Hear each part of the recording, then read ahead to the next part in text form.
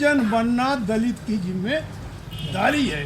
उसको इंजन घोसी विधानसभा का समीकरण ये है कि सबसे बड़ी आबादी मुसलमान की है, उसके बाद दलित है, इसको कोई टिकट भी देने वाला नहीं है। जबकि चंद्रशेखर आज़ाद बहुजन समाज के नेता हैं, बहुजन समाज की आवाज़ है।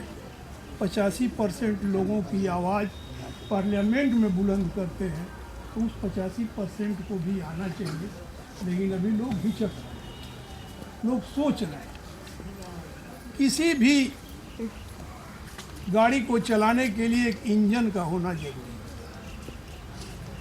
तो बाबा साहब अम्बेडकर की विचारधारा को चलाने के लिए इंजन बनना दलित की जिम्मेदारी है। उसको इंजन बनना पड़ेगा, बाकी डब्बे रहेगा। तो इंजन तो हमारा खड़ा हो गया है, अब डब्बे नहीं जुड़ पा रहे हैं। भाई चंद्रशेखर आज़ाद इंजन का जो रोल होना चाहिए वो ज़मीन से लेकर के पार्लियामेंट तक अदा कर रहे हैं। आप लोग देखते होंगे, पार्लियामेंट चलती है तो कोई दिन नहीं बचता है कि चंद्रशेखर आज़ाद पार्लियामेंट में आपकी आवाज़ न बुलंद करे। और तो और छोड़िए, कहीं हमारी माताएं बहनें बच्चियों के साथ बलात्कार होता है, रेप होता है, हत्या होती है, वो आदमी खुद पहुंचने की कोशिश भी करता है। पूरे देश में अकेला इंसान है जो काशीराम की 2 कॉपी है। इसीलिए पार्टी का नाम रखा गया है आज़ाद समाज पार्टी कांसीराम।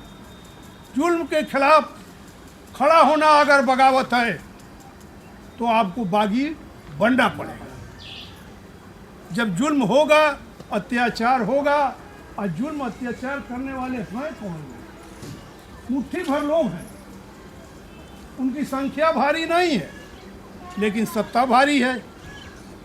आज हालत है, अभी बहुत बड़ा गांव बगल में है, पकड़ी बुजुर्ग, ताल के किनारे धरौली गांव है, मैं वहीं का रहने वाला हूँ, धरौली का रहने वाला हूँ।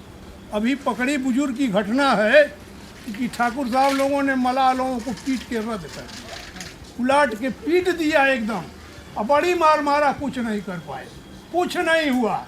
लेकिन है कि उनकी सत्ता है। जोगी जी भी ठाकुर साहब हैं तो जोगी, लेकिन कहते हैं कि मैं ठाकुर हूँ। इसलिए आज जरूरत है कि उस 15 के खिलाफ बगावत करेगा। और बिगुल फूंक दिया है चंद्रशेखर आज़ाद ने, जबरदस्त फूंक दिया है, इसमें कोई दो राय नहीं। आप लोग देखे होंगे इसी 26 नवंबर को जो मुजफ्फरनगर में रैली हुई है, कितना जन सैलाब था, कितना जन सैलाब था, वो देखने लायक था। पश्चिम का एरिया एकदम जाग गया है। सहारनपुर मंडल, मेरठ मंडल, मुरादाबाद मंडल, ये 3 मंडल की सिर्फ रैली थी। हम समझते हैं कि 10 लाख लोग रहे होंगे, 10 लाख से ऊपर ही लोग रहे होंगे। तो उधर तो जाग गया है, उधर का दलित और मुसलमान एक साथ हो गया है, इसलिए सबकी हालत खराब हो गई। और जब नगीना में दलित और मुसलमान मिला तो पार्लियामेंट भी जीत लिया गया, पार्लियामेंट जीता गया।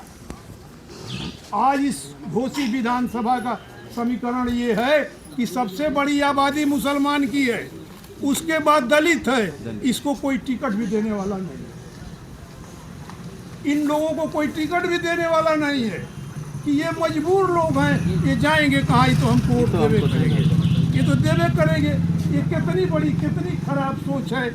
इस सोच को अगर बदलना है और इस तरह की मानसिकता के लोगों से पिंड छुड़ाना है कि घोसी से मुक्ति मिले जो मनुवादी लोग हैं, तो आपको आज़ाद समाज पार्टी की तरफ देखना चाहिए, आज़ाद समाज पार्टी की तरफ ताकना चाहिए कि आज़ाद समाज पार्टी का जो भी कैंडिडेट आवे, जो भी आवे, छोटा आवे, गरीब आवे, तो जो भी आवे, अमीर आवे, मैं नहीं उस पर जाना चाहता। किसी भी जात बिरादरी का आएगा तो 85 का आएगा, 15 का तो आएगा नहीं, ये तो तय है। इसलिए आप लोग इस मामले पर भी विचार करिए, सोचिए और समझिए और अपना नुमाइंदा पैदा करिए। जब अपनी नुमाइंदगी हुई थी तो उत्तर प्रदेश में बहुत बदलाव आया था।